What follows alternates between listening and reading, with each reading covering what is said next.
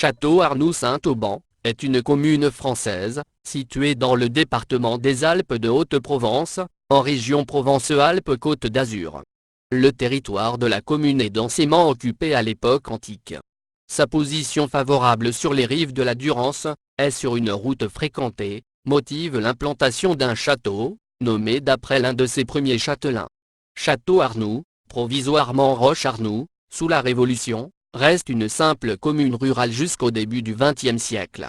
Sa situation loin des frontières, protégée des invasions par les Alpes, et dotée d'une liaison ferroviaire, motive l'installation d'une importante usine de fabrication d'armes chimiques, dans le village de Saint-Auban, pendant la Première Guerre mondiale, ce qui change son visage jusqu'à nos jours, près d'un siècle après.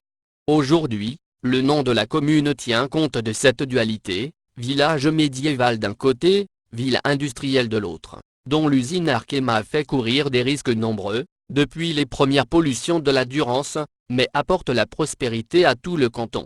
Le château, qui abrite actuellement la mairie, est classé de multiples fois. Le nom des habitants de la commune est jarlandin, à Château-Arnoux, du nom des fabricants de jarres, est Saint-Aubanais, à Saint-Auban. Château Arnoux-Saint-Auban, se nomme Castel-Arnoux-Saint-Auban en provençal selon la norme mistralienne. La localité apparaît pour la première fois dans les textes en 1182, Castrum Arnulfium. Le premier mot signifie village fortifié, suivi du nom d'un des premiers seigneurs, nom d'origine germanique. Le second est le nom d'un martyr anglais du IIIe siècle, Albanus de Verulamium. La commune de Château-Arnoux a pris le nom de Château Arnoux-Saint-Auban, en 1991.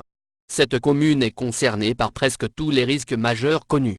Aucune des 200 communes du département n'est en zone de risque sismique nul.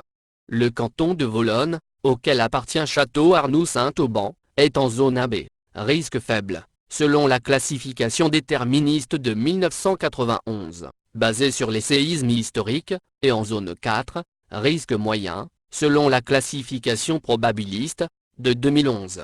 La commune de Château-Arnoux-Saint-Auban est également exposée à 3 autres risques naturels, les feux de forêt, les inondations, dans la vallée de la Durance, les mouvements de terrain, certains versants sont concernés par un aléa moyen à fort. La commune de Château-Arnoux-Saint-Auban est également exposée à toute une gamme de risques d'origine technologique, liés essentiellement à la présence des usines Arkema à Saint-Auban. Elles produisent des solvants chlorés et du PVC. Le risque industriel, l'usine Arkema de Saint-Auban étant classée Seveso, seuil haut, le plus haut des 4 degrés de la classification. Le transport de matières dangereuses, par rail, route et canalisation, ces produits étant des matières transportées alimentant les usines Arkema, ou des produits finis en sortant. Les voies d'approvisionnement et d'exportation sont, la voie ferrée, avec la ligne Lyon-Marseille, via Grenoble. La route nationale 85 qui se connecte dans le département notamment sur l'ancienne route nationale 100, et l'ancienne route nationale 96. L'autoroute A51. La canalisation Transalpes, qui transporte de l'éthylène entre Saint-Auban et Sisteron. L'éthylène est une matière première de fabrication du PVC. La canalisation transéthylène, qui transporte le même gaz inflammable entre Saint-Auban et Montfuron. Ces transports variés ont déjà donné lieu à 2 incidents. En 2001, c'est un wagon d'acétate de vinyle qui fuit. Et en 2006, une fuite de tétrachloréthane a lieu devant l'usine.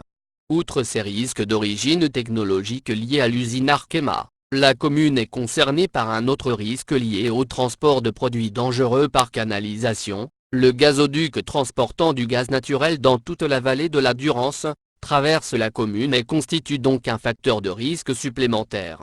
Enfin, et pas des moindres, le dernier risque d'origine technologique est lié à l'éventualité d'une rupture de barrage. En cas de défaillance du barrage de Serre-Ponçon, toute la vallée de la Durance serait menacée par l'onde de submersion.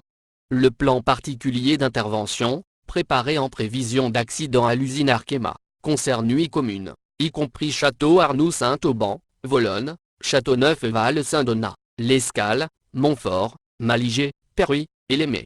Le plan de prévention des risques naturels prévisibles, PPR, de la commune, a été précédé en 1961, d'un plan de surface submersible pour le risque d'inondation, et a été approuvé en 2004. pour les risques de mouvements de terrain et de séisme. Le dit crime existe depuis 2010.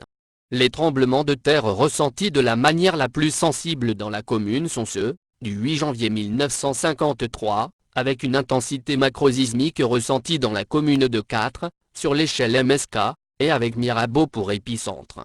Du 22 octobre 1963, avec une intensité ressentie de 5, et avec Maligé pour épicentre. Du 19 juin 1984, avec une intensité ressentie de 4, et avec Aiglun pour épicentre. Antiquité. Bien situé dans la vallée de la Durance, le territoire de la commune est densément occupé durant l'Antiquité.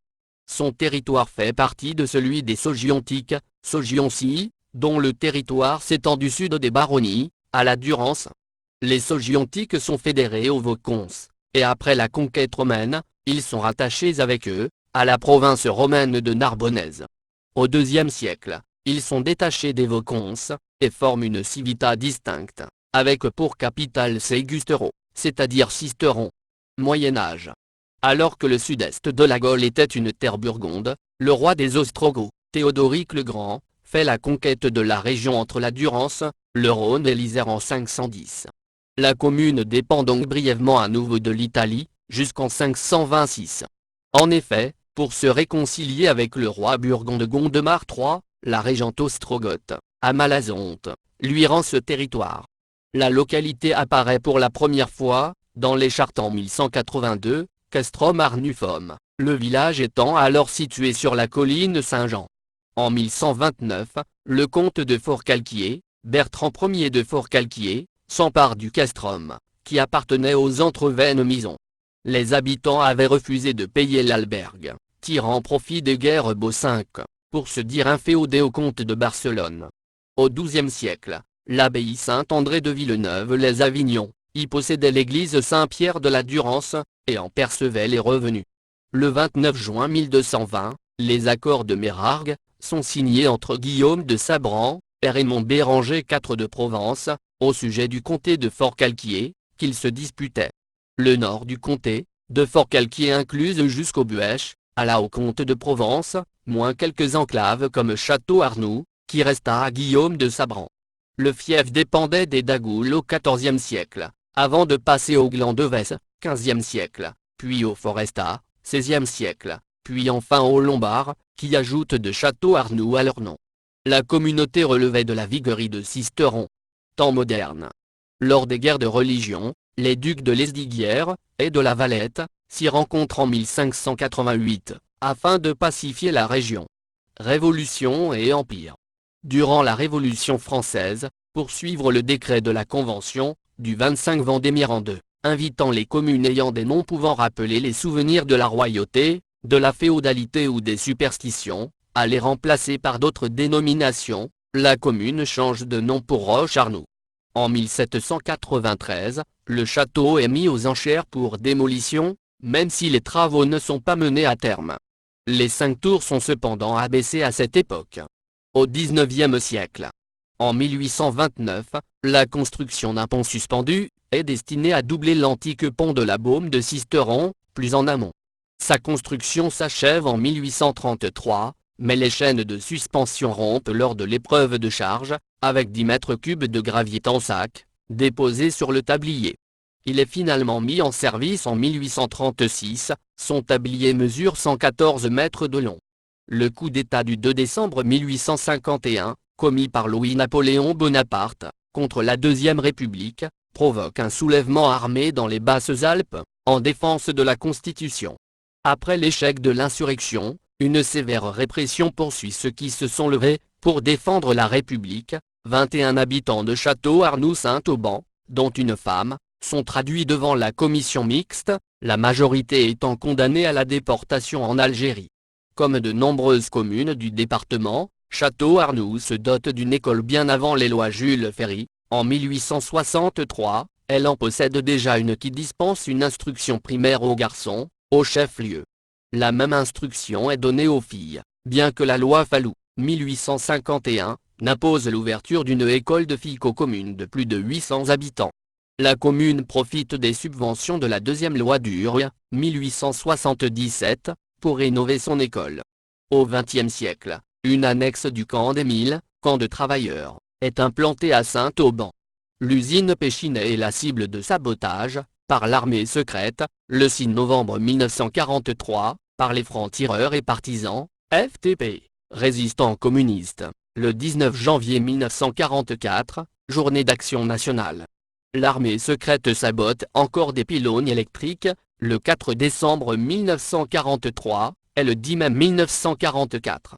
Pour préparer le débarquement de Provence, 2 équipes Jüterbürg sont parachutées, les 8 et 9 août, afin d'agir sur les arrières allemands, et notamment sur les voies de communication.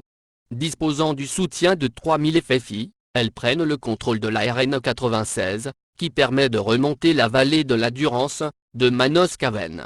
Au cours des opérations suivant le débarquement, les forces alliées franchissent très tôt les premières défenses allemandes, et se lancent dans de rapides offensives de débordement, afin de couper les voies de retraite à la Wehrmacht. Une colonne, partie le 17 août de Vidauban, franchit la Durance le 20 août au sud de Mirabeau. Le 143e régiment d'infanterie US forme une colonne qui remonte la vallée de la Durance, toute la journée du 20 août, et libère les villes et villages sur son passage, dont Saint-Auban, et à la suite, Château-Arnoux. Jusqu'au milieu du XXe siècle, la vigne était cultivée à Château-Arnoux-Saint-Auban. Le vin produit, de qualité médiocre, était destiné à l'autoconsommation. Cette culture est aujourd'hui abandonnée.